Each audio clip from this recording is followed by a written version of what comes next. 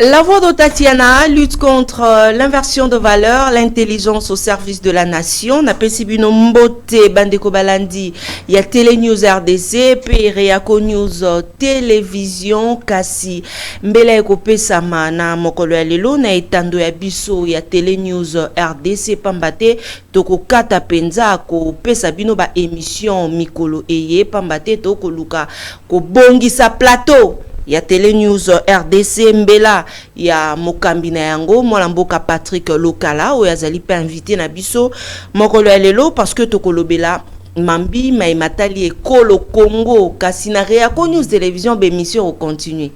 Molamboka Patrick Lokala, mbote na yo. Mbote mama Tatiana Osango, mbote na balandi nyonso ya Télé News. Bato belé ton kaka bayoki kaka annonce wana na moni bilunga bato belé lembi donc ba ozanga actualité commentée ba ozanga ngo pendant combien de temps? Oui, merci beaucoup maman Tatiana ndenge opesinga opportunité ya ko sala annonce o awa. Il est vrai, marambo lobby eza solo na à partir ya lundi Télé News a kozala lisusu na makokite ya ko diffuser ba programme na ye ndenge to salaka émission mama Tatiana, émission ya invité des parties locales, puis émission ya actualité commentée et kozala suspendu momentanément pour des raisons ya ba travaux et sengeli to sala moi ba misala awa parce que o akomona izali otobenga na langage technique plateau virtuel, c'est-à-dire que to tcheba vers na minda maestro dire que le kebaton va na région aye a transformé et commis ba image bozomona wana donc ils a ba image ya lokuta na ndenga technique. OK. Alors par rapport à l'évolution de la télévision tozali susu adapté na évolution ya makambo itali ba télévision. Mais tozana ba moyen te to ça la plateau lokola ya France 24 ou soit à CNN malgré que makanisa biso za la rabongo. Mais tout ça, avec le peu de moyens que nous avons acquis quelques matériels pour te tolongwa na plateau oh ya lukuta ya virtuel tout ça là plateau moko ya réel oh yo to représenter vraiment na balandi na biso peut-être avant semaine oh tozo banda et si là to kozana makoki ya kozongela ba programme entre temps ba travaux de rénovation et ko continuer donc exactement. Déjà pour signaler que malgré les travaux et ça les bon ba émission au bando za la publier. Te ba émission o etali ndenge to salaka. Ndenge to salaka ba émission invité à partir locale. OK. Na actualité commentée aux ali ba émission maison na ba émission mama Tatiana a salaka awa. Oui, na Télé News. Na Télé News aux alaka diffuser na chaîne partenaire na biso Reako News et kozala lisusu te pour des raisons techniques. OK. Par rapport à rénovation il y a plateau donc misala wana ndi mtekope kisabiso to continuer ko sala na Télé News c'est pas pour des raisons politiques. Il faut pas comprendre malamu Molamboka Patrick Lokala parce que tango ko lobate ba émission maison yango nde ekolekate mais aussi ezala kapé na ba émission mususu balanda kapé awa na Télé News exemple quoi neti ba yambi yo na Télé 50 exactement ba émission mususu o ezali ba émission alibanda heureusement que je suis en face ya mutu o azali professionnel des médias mama Tatiana félicitations na yo ba émission maison il ko la kisaka ba émission zali biso moko toza ba auteur na yango ça dit que buta processus ya ko inviter mutu processus technique tina ko diffuser responsabilité à émission za la ya biso ndeto benga ba émission maison ba émission wana oyo ngamo na sala na yambaka bato o to benga l'invité de parties locales actualité commentée auto fungola téléphone na ba émission sous mama Tatiana asalaka awa ikozali sous diffuser te parce que il faut to sala misala ya rénovation ya plateau ikozo la biso 2 3 ou 4 jours maximum une semaine kasi ba émission ya libanda par exemple toko c'est une émission moko Jean-Pierre Kayimba sali toko c'est une émission moko Peter Tiania sali ou soit ngamo na leki na chaîne songolo pakala ba émission ana ndiko dire que loke bazana autorisation ya ko continuer ko diffuser yango pour servir ba téléspectateurs parce que eza chaîne ya combat ezali chaîne à liberté tout ce qui va avec la liberté et c'est en ampleur donc je tiens à préciser que na koleka lisusu te pas pour des raisons politiques. Ils ont bazolu ki sangai ou soit politiciens qui sangai te mutu te akangi chaîne. C'est pour des raisons techniques, il y a des travaux de rénovation. Nde ba émission na yokozala lisusu te jusqu'à ce que to présenter na bandeko. Moi mon sala to sala pour que tous en a ba meilleures conditions parce que awa nous avons un problème de santé. OK. Nous avons un problème de santé mais ba image bandeko sepela na yango te. Luga nando sepela na yango te sengeli to ko isa plateau oyo to tchaba lumière à sigadon mais ça va vraiment ko continuer attaque to kozongi la même ça monsieur continue ndenga cc jusqu'à ce que to présenter na bato balandaka biso image ya kitoko son pe ya kitoko eko bakisa qualité ya contenu ya ba émission. En tout cas, ceux qui m'ont Télé News et vous allez passer à zapper yango soki émission na nécessité. Est-ce que Patrick Lokala par rapport ya ba positionnement na ye azala rapé na projet moko ya ko sala pe tando moko ya bisoto landaka yo awa na Kinshasa ne to landaka canal ki na YouTube pe boye Patrick Lokala a décidé te alobi Télé News biso pe to landango na engumba Kinshasa ba projet wana izala ka to ko banga te na komba na yo ba ko kanga ngo pamba. Au Moni Mama Tatiana, il y a l'entrepreneuriat, le combat politique que nous faisons. Je suis à la fois un opérateur médiatique, mais aussi un acteur passif et politique et en Nabiso. Et alors, il est vrai que tout ça n'a démocratie et collinanouté. On a souvent tendance à que ceux qui acteurs actifs ou passifs et politique à l'OI Maramunaye, représailles à la mingi na misala ou ya salaka. Dans le cadre de l'entrepreneuriat. Oui, c'est un combat que nous faisons. Mais nous avons un sens ou un athée. Mais seulement, dans le barra yango, pour t'en assister à la classe nanga, que idéza y a la empire médiatique. Média moko ya makasi, o ekozala na impact. Na kati ya ikolo Congo, pe na mikili ya libanda. Mais pour cela, il faut beaucoup de moyens, il faut beaucoup de temps. Il y a moto banda qui na projet oyo eza en termes de coûts ezo senga mingité et toujours continuer malembe to banda na balabala yo yebi. Au début ndenge to salibo ezo senga musolo ebelete. Hein? Par rapport à l'idée yo lobi ya ko sala iloko ya munene chaîne na munene to comme lokwa ba idée en tout cas l'idéal. Je me manque pas à bandiko ya ba chaîne ya lokwa ba canal qui ne ba chaîne musu je me manque pas de mais idéal na biso eza bongote. Modèle na biso eza bangote. Modèle na biso eza ba grand média. Il y a Libanda mais na Congo. Un peu du genre ndenge télé 50 à Bandaka et puis voilà, il fait du chemin. Donc idée yango wana. Tout ça la média moko congolais mais cause à la consommer pe na mikili mususu. Que ceux qui te ça l'émission politique, l'émission est consommée non seulement au Congo, en Afrique mais aussi au monde. Ceux qui te ça l'émission politique eza ego sunga mboka mingi. Donc mais pour ça, ils ont senga misolo ebele Mama Tatiana. Alors, comme projet eza yangoana. Mais tu crois quitter comme tout ça nous n'avons pas les moyens pour ça la projet wana na dimension. Oh tozo kana de tolbaki to banana no ya moke. Oh yo senga misolo ebele te. Na yango de to bandaki yango na balabala yo yebi. On n'avait même pas un ordinateur, mais avec le temps, avec la patience, avec le sacrifice, nous avons acquis le quelques matériels qui nous permettent aujourd'hui d'atteindre le public dans les conditions qui sont les nôtres, Mama Tatiana. Et donc, nous continuons le chemin, mais pour l'instant, ceux qui ont mis Soloana, avec le temps, le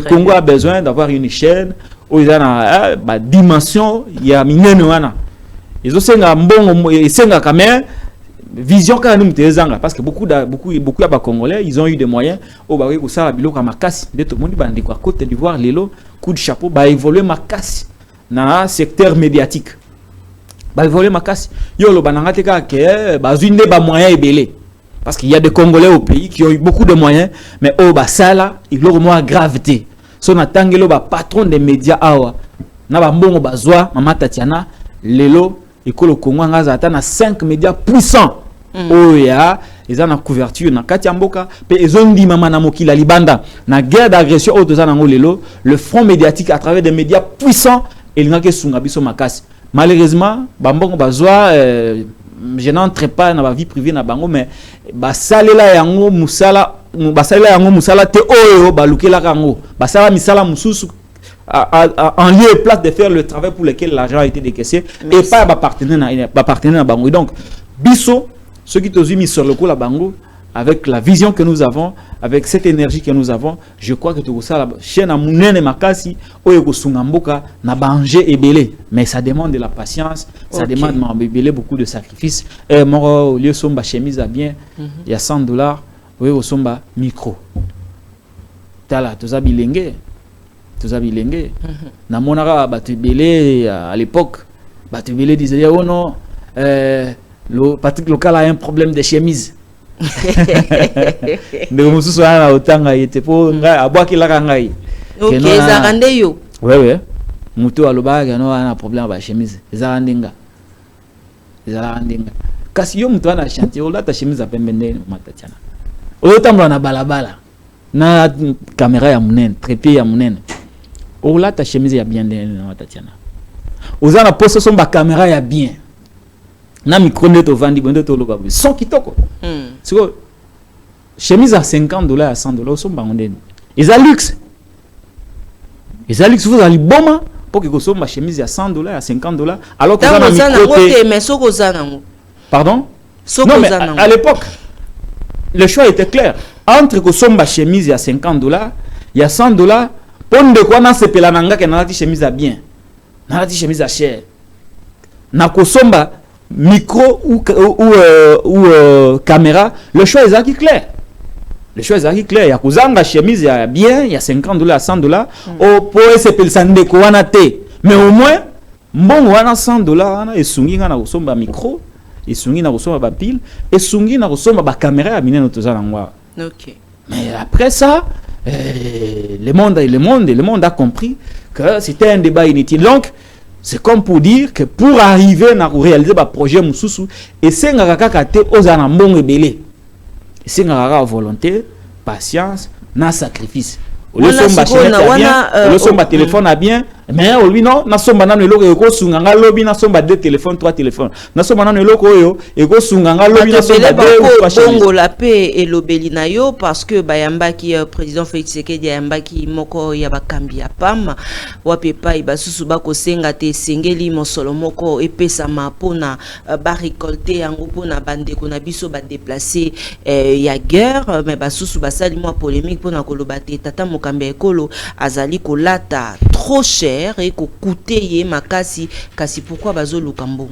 Oui mais c'est ça batouana bazana torté mama Tatiana. Bazana torté parce que bazana mboka moko eza mboka pauvre. Mokambi ya mboka ya pauvre akoki kozala te lokola mokambi ya mboka ya riche ya ezali riche.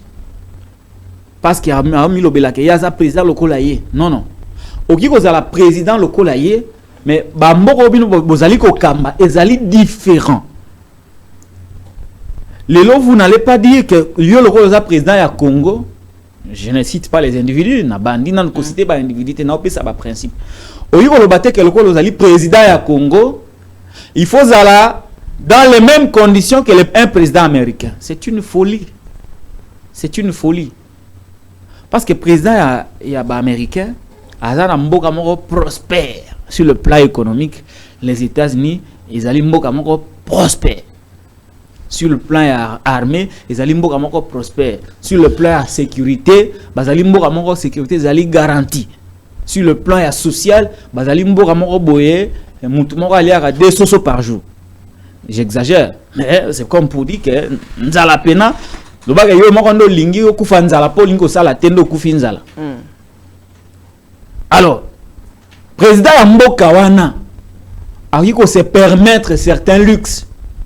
Mboka na ye et tchela ba condition moko ya luxe moko ya likolo par rapport ya vision ya mboka par rapport ya prospérité ya mboka.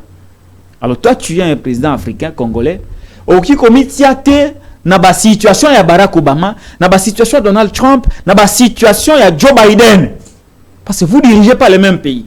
Pour na yo président congolais, ezo senga yo ou adapter vie sociale na yo par rapport ya niveau de vie ya mboka na yo. Parce que vous êtes un mboka pauvre. OK. Oki kozala te na mboka oyo ezali pauvre, mais yo olataka ba chemise ya $500.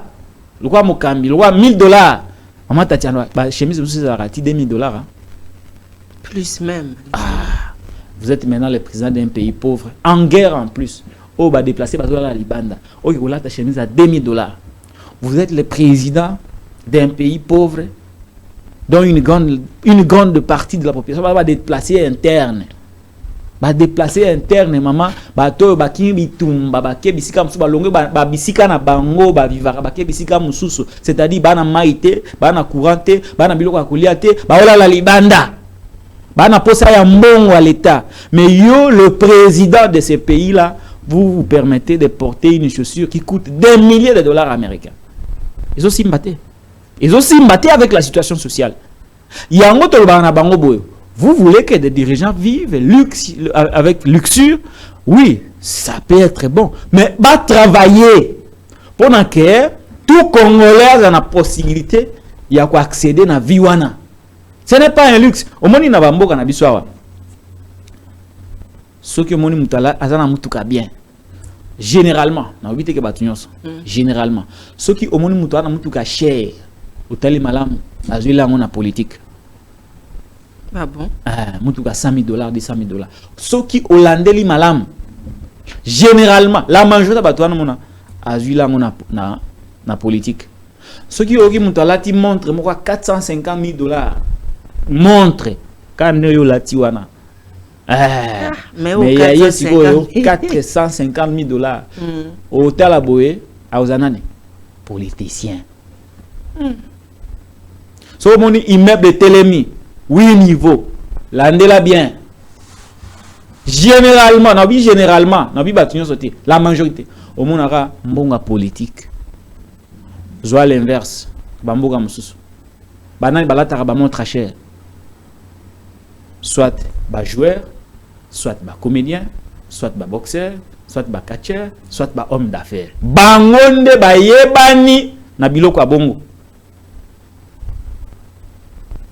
Mais ici au Congo, principalement en Afrique, généralement en Afrique, c'est l'inverse. Donc c'est pas normal que dans un pays où on a besoin, toi on a posé mis sur le maman Tatiana. Kalikilega, on a pris exemple pour un bateau pour réaliser passe. Il y a déplacé interne été. Zora yomo sala exemple. Bimana tongo. Hein? Car andego bimi au bossete au sukolité. OK mangengenge.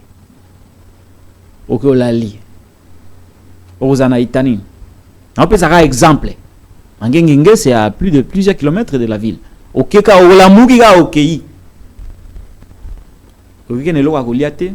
Au sukolité, au damete, au kekara ndengo la mukaki. Au sali un jour. Aux anaïtani, je vous pose pas la question, Tatiana, j'ai réfléchi avec les gens.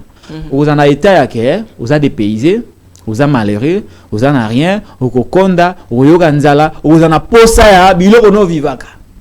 Biloko yope sakayo vit tous les jours. C'est justement ça la situation des déplacés. Moutalala qui vers 2h, 3h, Massa c'est bête, et bêti, abimi atikinda kunaye. Akimi pour se protéger, pour koufater, se mettre à l'abri.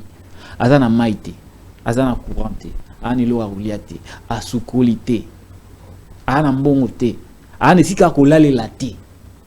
Zoasko batabongo baza combien? Balobi des millions de déplacés internes. Bazo zelanini, assistance à l'État. Devoir à l'État. L'État est-ce que dans cet état de choses, la population pourrait accepter que son président de la République, dans le contexte où il y a $7,000 américains, à la ta montre, dans le solo, à la ta montre, il y a $450,000 américains.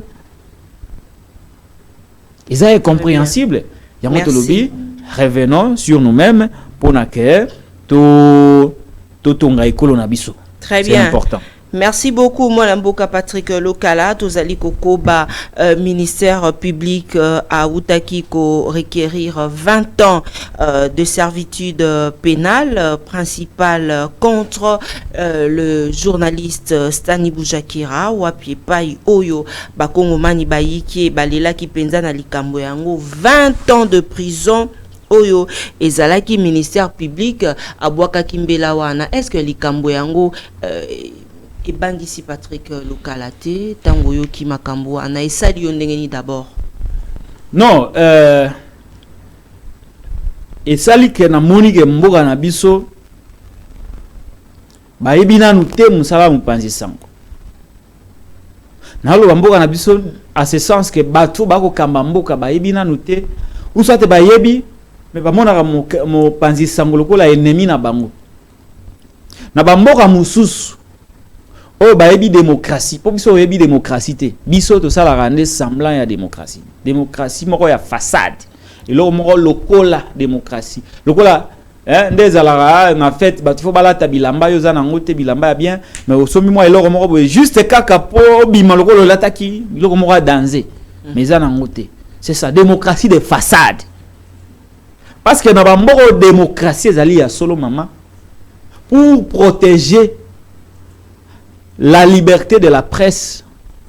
Bakenda jusqu'à kolobake infraction nyonso journaliste akosala dans le cadre de l'exercice de sa profession, de son métier, justice a eu au sambisa yango te.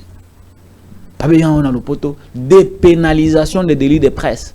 Donc ce n'a comme il même si je me trompe sur vous, on peut pas m'arrêter. On va juste me demander de corriger. Mais on peut pas m'arrêter pour ça.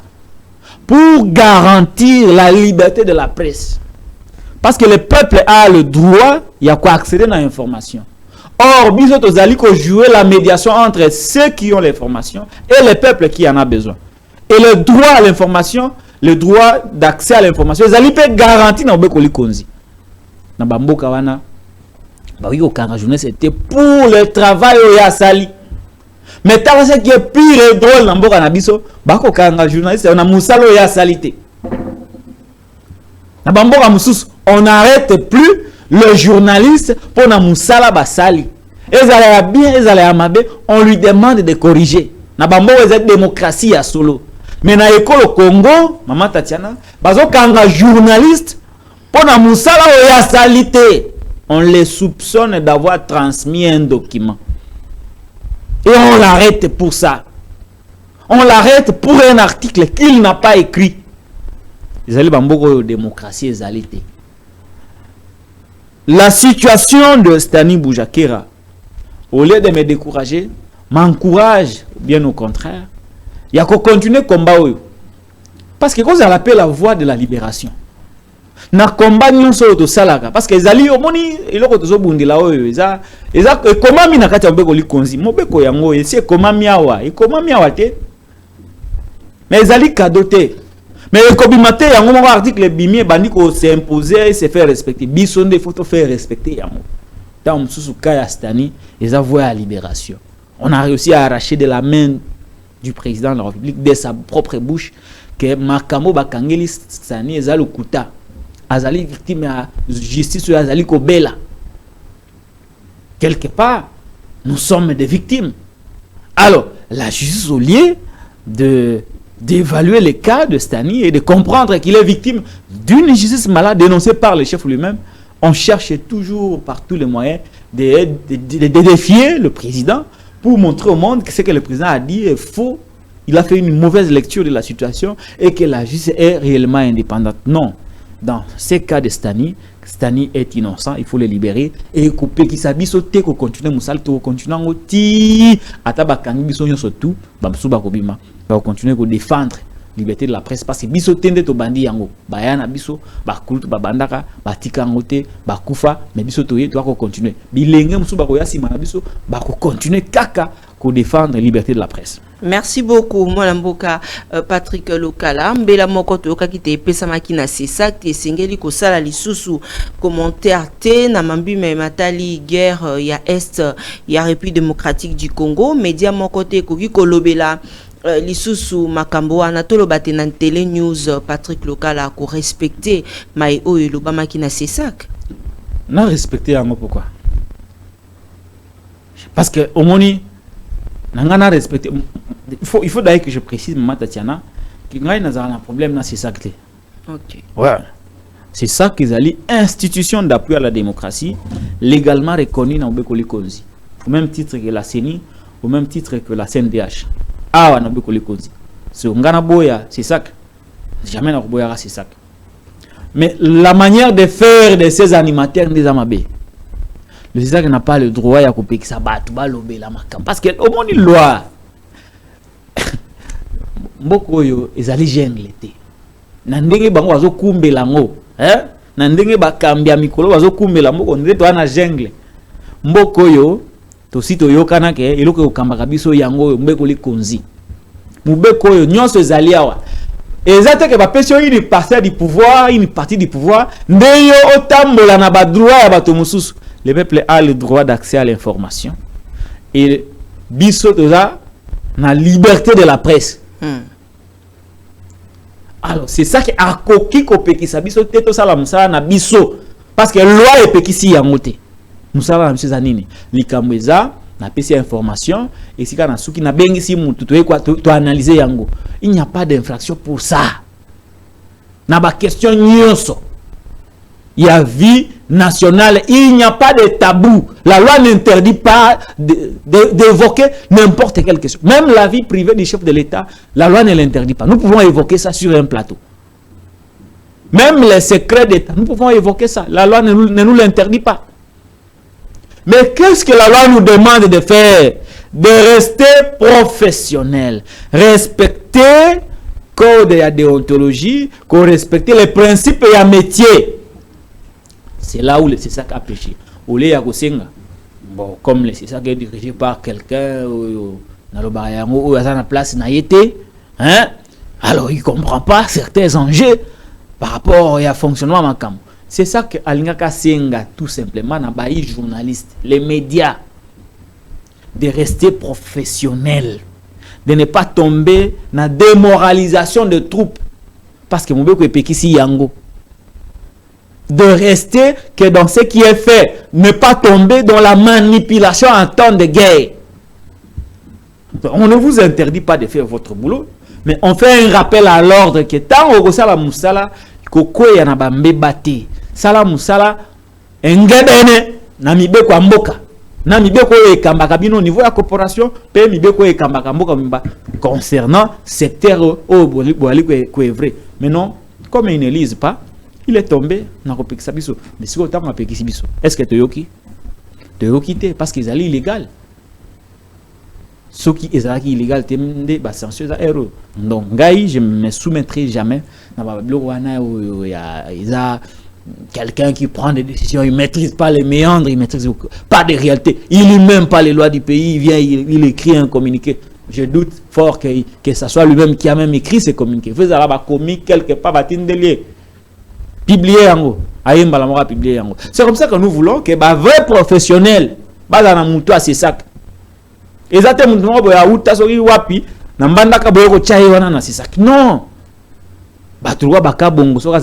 Serge Kabongo, s'il était dans Moutoua Césac, il ne pouvait pas écrire ces chiffons-là.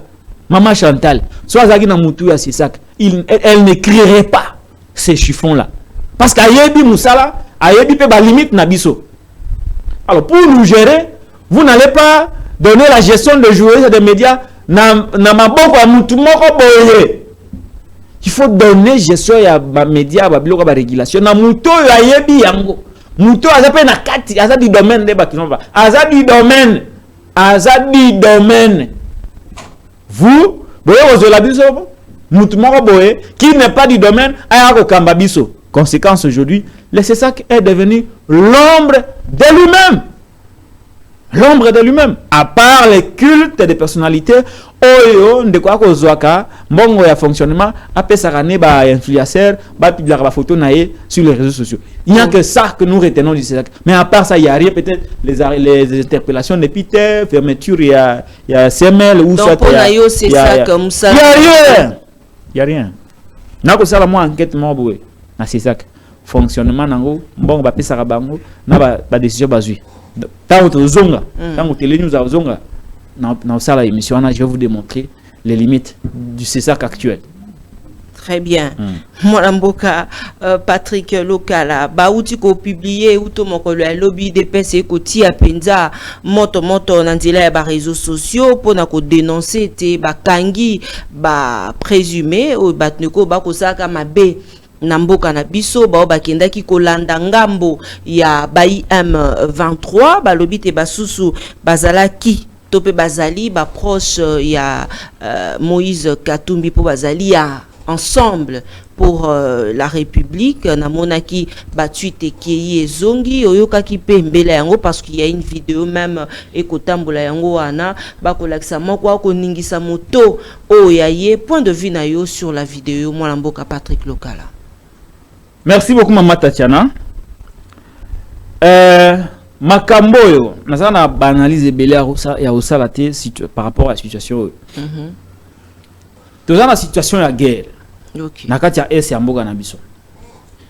Situation o ezo senga na bakambi ya ikolo, la classe politique na biso ba congolais, une attitude particulière, un comportement approprié. Côté à peuple, ne pas collaborer avec l'ennemi. Ne pas kosunga ennemi à avancer parce que bitumba nyonso basala ka mama. Ce qui peuple azana kati etamboulera bien. Ce qui peuple na quantité etamboulera en défaveur et en mboka.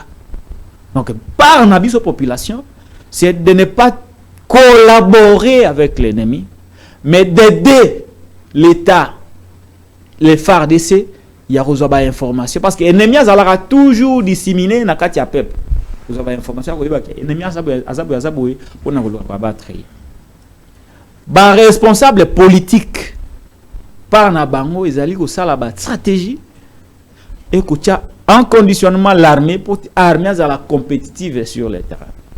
Justice ko mener banquette à malamu peut ko condamner batu va et que tes articles quoi règlement de compte likamo ko bimi ya bitumba to profiter pour to sala batu sumabe na justice to profiter pour to sala to bebi salokumu ya batu musunde na ko mona par exemple pour le cas de Moïse Katumbi Chapo.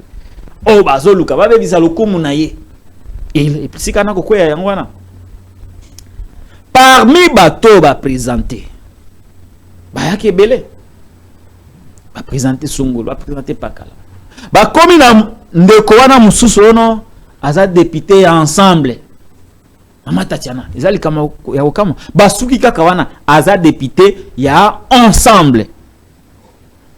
Mais ba mususu wana ba présenter bango te na ba parti politique na bango. Pour Nabiso, c'est une intention manifeste de nuire à l'image du président Moïse Katumbi Chapo. Pourquoi? Parce que la présentation n'est pas complète. Et c'est fait à décès ba sali yango nanko. Natina ya koluka ko bebisa lokumu na ye. Soki ezalaki que na cadre ko présenter bandeko o ba ali présumé complice. Il y a un 23. Balobi ke ndeko oyo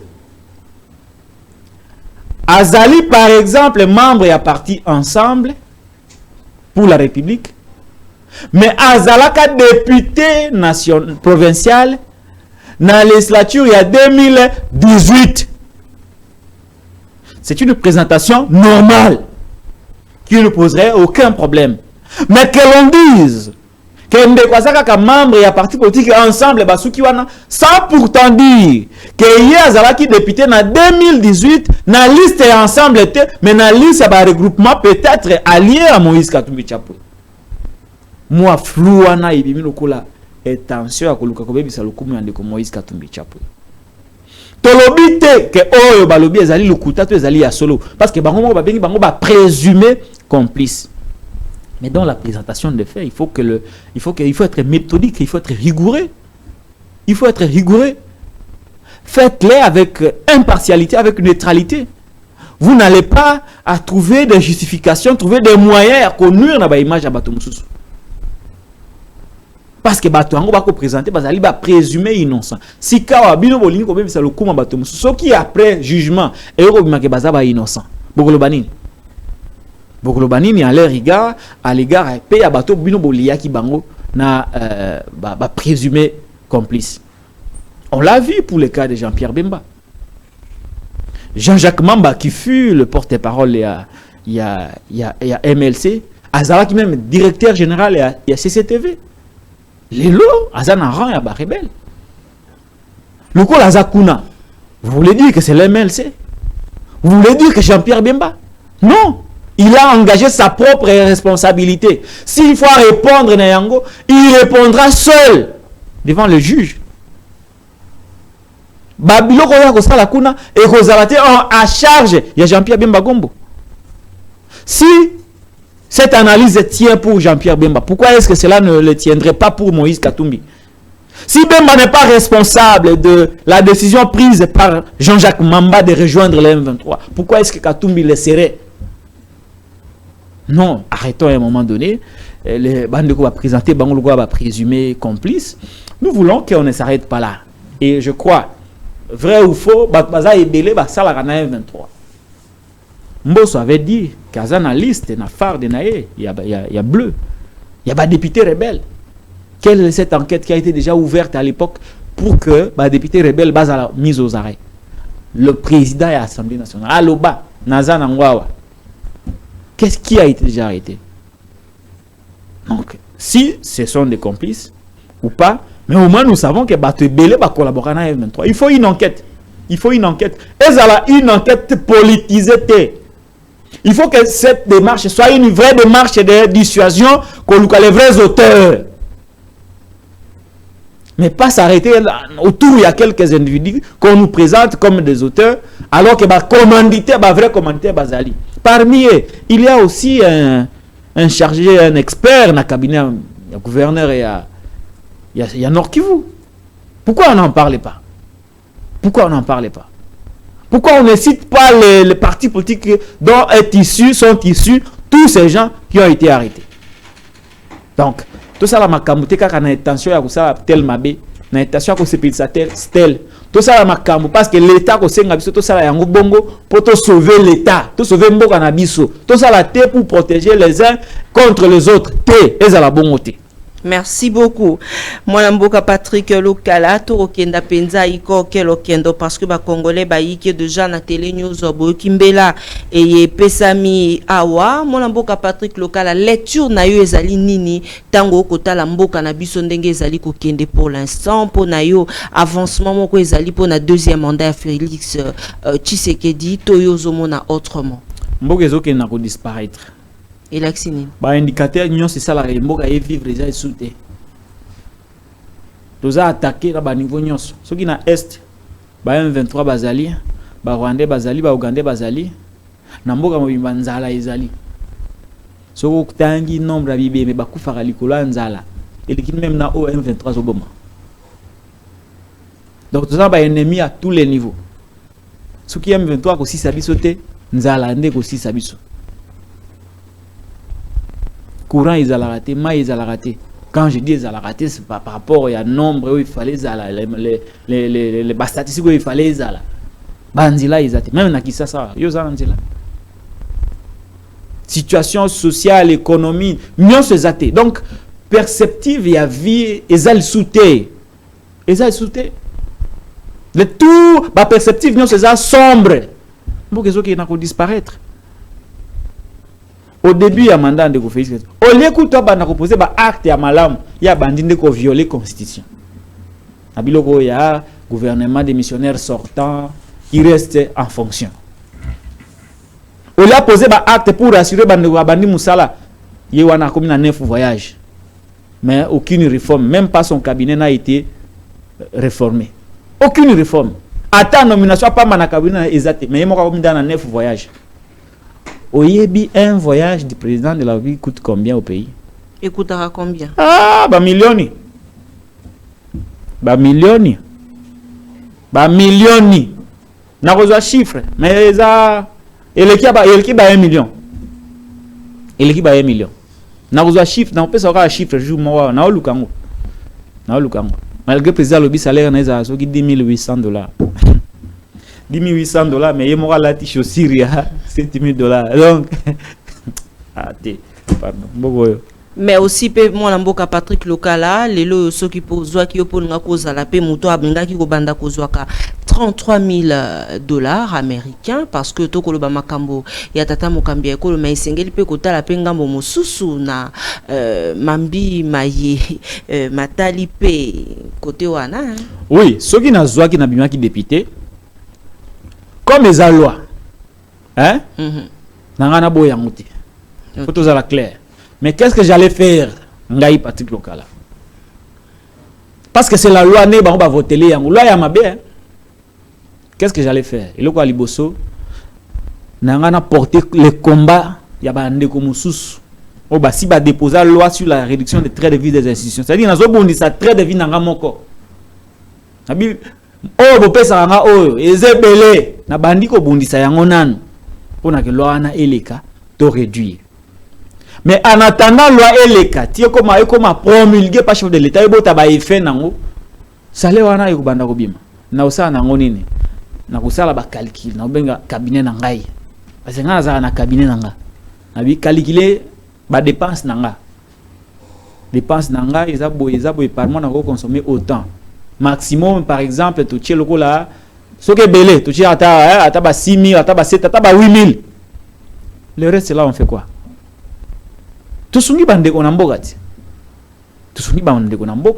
On peut créer des centres de formation, créer des ONG pour que mbongo wana ezala canaliser dans les actions sociales.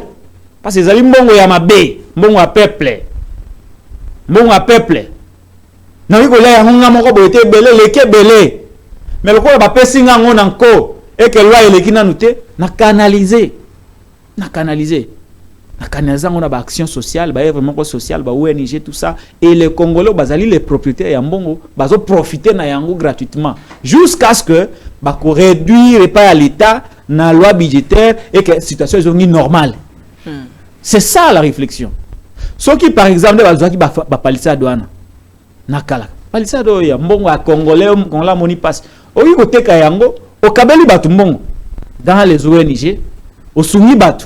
Est-ce que Congolais a profité à profiter? N'est-ce pas Molière à Sala qui pour n'a pas la semba? Wana vient ngai tikai. Azu na été tikai. Tika papa Molière, pardon. Denga Sala qui forage. A gofunda na communauté. Aboy. Bande ko belé basala bongo ne. Aboy banda ko benga ngai o make kulu na respect. Oh.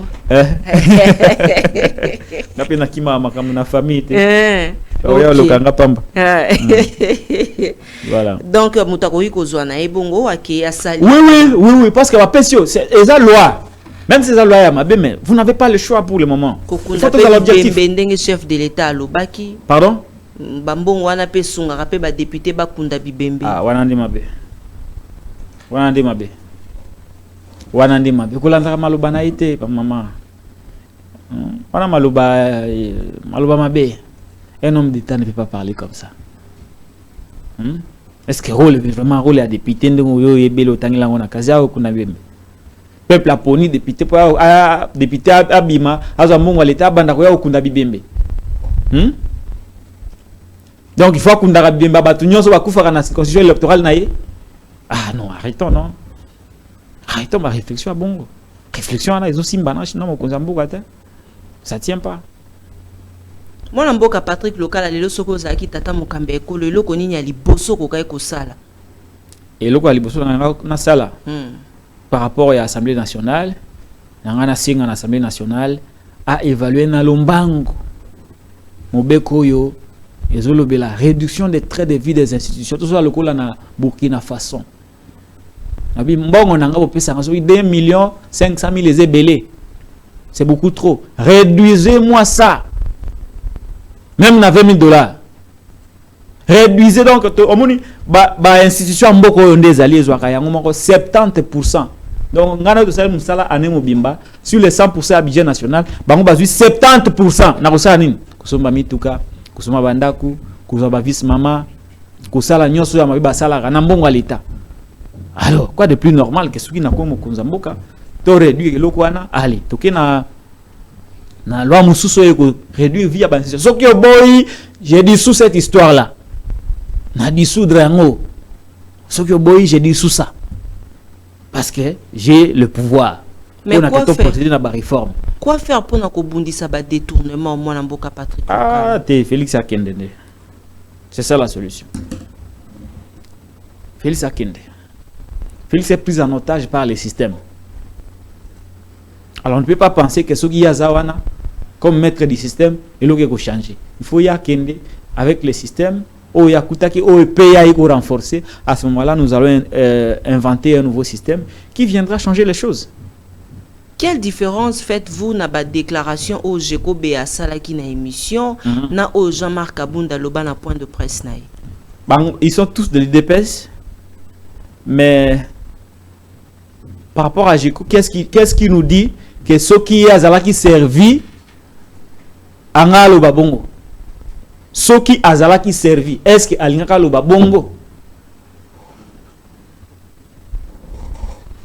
À ce moment-là, nous allons nous poser aussi la même question sur Kaboun. Est-ce qu'il y a Longwa qui et pas à Félix qui dit parce qu'il voulait se ranger derrière le peuple?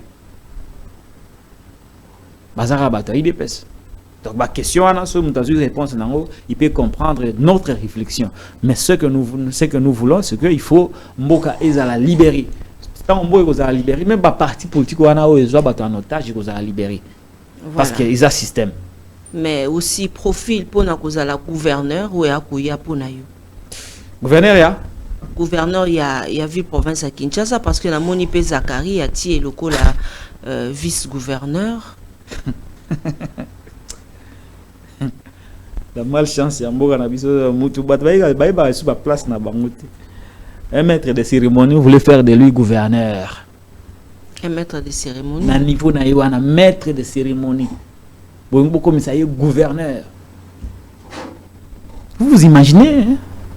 Vous imaginez Moutoura Zakari un maître de cérémonie. Bolongolaye na chanaye, ya maître de cérémonie, ya kofinga na ba muzeki ndingu, ya kofinga ba musicien, malamoro bu commissaire na mutu ya ville. Mais on est dans quel pays? Dans quel pays on réfléchit ça? Dans quel pays on peut réfléchir comme ça? Un maître de cérémonie de ce niveau-là. Ah non, arrêtons, non?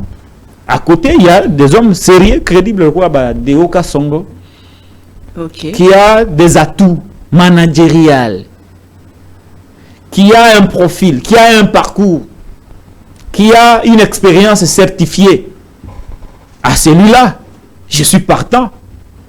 Parce que déjà, les connaissances sont certifiées. Si les connaissances sont certifiées, il aura au moins une approche pour la ville. Parce que la ville de Kinshasa exige de son gouverneur des compétences, exige de son gouverneur des atouts, exige de son gouverneur un carnet d'adresse, exige de son gouverneur une crédibilité. Tout cela se résume dans la personne de Deo Kassongo. Mais nous ne pouvons pas partir là où nous réfléchissons sur un homme comme Deo Kassongo qui doit gérer la ville parce qu'il réunit un certain nombre de compétences. Na Ndeko Zakari. Oui, il peut être là si l'hôtel de ville a une activité. Il peut venir animer. Vous voyez? Il peut venir animer. Ça peut être bon. Mais qu'on soit quelqu'un qui aurait dû venir animer les activités de l'hôtel de ville et faire de lui gouverneur. Oh! C'est dangereux. C'est dangereux. Moi, na king ya solo. C'est dangereux. Donc, je ne peux pas négliger invité d'honneur, et là, maître de cérémonie, il y a un commissaire invité d'honneur. C'est que tant invité d'honneur à Rouya-Osan.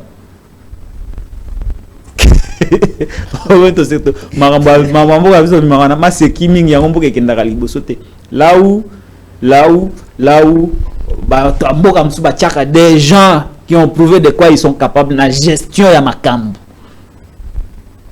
Mais biso na Congo de Zouara, des gens de courageux, de loquaces. Il y a le bakaming, aza courageux, il peut faire quelque chose. Même s'il n'a pas de diplôme, il n'a pas de compétences. Mais toi, tu as des compétences, tu diplôme, Mbokani no le bongaka sans bata diplôme. On a biso, ba diplôme on a ah, papa. eloko bazosenga oke kogere ezosenga baconnaissance ya badiplôme mais yo oza nango te olingi kaka ogere yango mama nini nana loka biso.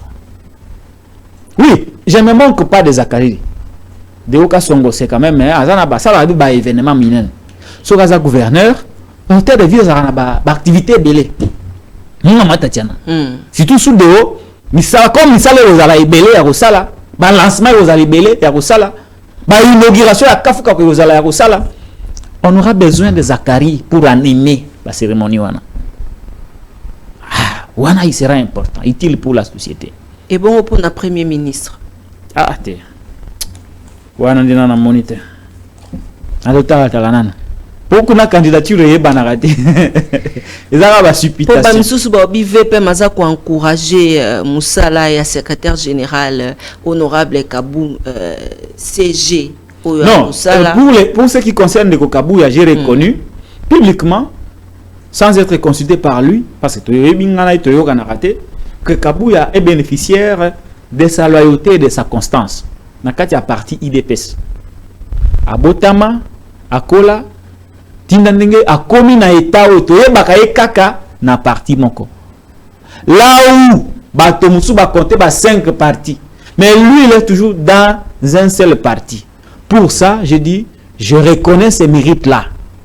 Il y a loyauté, pas la fidélité. Parce que wana ba qualité wana est comme rare. Et je me suis dit, bien qu'il soit de la même tribu, je dis qu'il ne pouvait pas être là au nom de la tribu, parce que c'est mon tour nommé Aza Moulouba, il n'y a pas Moulouba, et Jenaki. Mais je suis convaincu que ces qualités d'un homme loyal, constant, l'ont emporté sur les critères, il y a géopolitique, il y a Kimoulouba. C'est la raison pour laquelle peut-être il a été récompensé. Même yo au le contraire était. So la constance est là. Oui, ça la sous-souté. Et comme rare. Et comme rare. Et comme rare. Très bien. Aussi ici émission Bandeko Balandi un message na baïba kolanda biso na est ya République démocratique du Congo Molamboka Patrick Lokala. Merci na Bandeko. Vous voyez que mboka oyo kokendete bakoko na biso bazo batela yango. Nous nous sommes retrouvés dans cet espace pas parce que nous l'avions choisi, c'est parce que nous devions être là selon la volonté du Seigneur. Et c'est Dieu qui a voulu que nous soyons là, fera en sorte que nous restions là. Si par malheur, toujours. Mais un jour, le pouvoir des nationalistes viendra et va rétablir l'ordre et restaurer l'autorité de l'État dans ces pays. Que Dieu vous bénisse. Très bien. Bandeko pe mususu bakolinga ba contacter mwana mboka Patrick Lokala tant mususu te bosololani mituna misusu etunami awate bakoiko tuna. Nazalaka mingi il faut ko komela ngai Nicolas il faut plus ko koma ba message. Ba message. Et là moi ba message anotanga kanyonso. Natanga pour ba appel ko zala ozotambola tambola oluka oluka eloka ko somba ko sala na plateau tout ça tabusu na koyamba te pour nazo occuper. Mais message na kotanga na ko réagir na ko répondre il va toujours mieux. Nous sommes ouverts au plus 243 81 209 32 59. Merci beaucoup. Esengwezala ki epai na biso ko yamba yo mokolo ya lelo kasimbela wana boyoki yango bandeko balandi boko retrouver biso lisusu na télé news na mikolo mizali ko ya juste après bosilisi ya misala tokozonga lisusu boko mona ndenge plateau ko kuma kitoko mingi na koliki ate ekozala penza esengo mingi kaka pona bino ba bo meseni mingi kolandaka télé news télévision parce que basusu baba kama maman Tatiana penza obimaka kitoko siko bokomona ngo lisusu ekozala kitoko mingi penza lolenge oyo ekokendela. Merci na ba partenaire nyonso ya maman Tatiana, maman Emilie Nzemba ya tous pepele ambetolo maman Likilimba na tondi yo botondi. Merci na équipe rédactionnelle ya mokolo ya lelo Derrick Lukeba le maestro, Michael Mikandeke, Jojo Komingo na tondi bino banso botondi, Cécile Sango, la confiance du chef Serge Katembo, Roger Mangwanda depuis Paris, bino banso Baibolanda biso na Brazzaville wapi esika ezwami bino totondi bino banson botondi tika ete que Nzambe akoba kobate la bino chanti vambanu de Bundes naba et banso. Balobaka l'église et la presse sont au milieu du village, mais la voix de Tatiana lutte contre l'inversion de valeurs vous dit que l'église est le corps du Christ, Christ est vérité, alors l'église et la presse sont dans la vérité. Au revoir.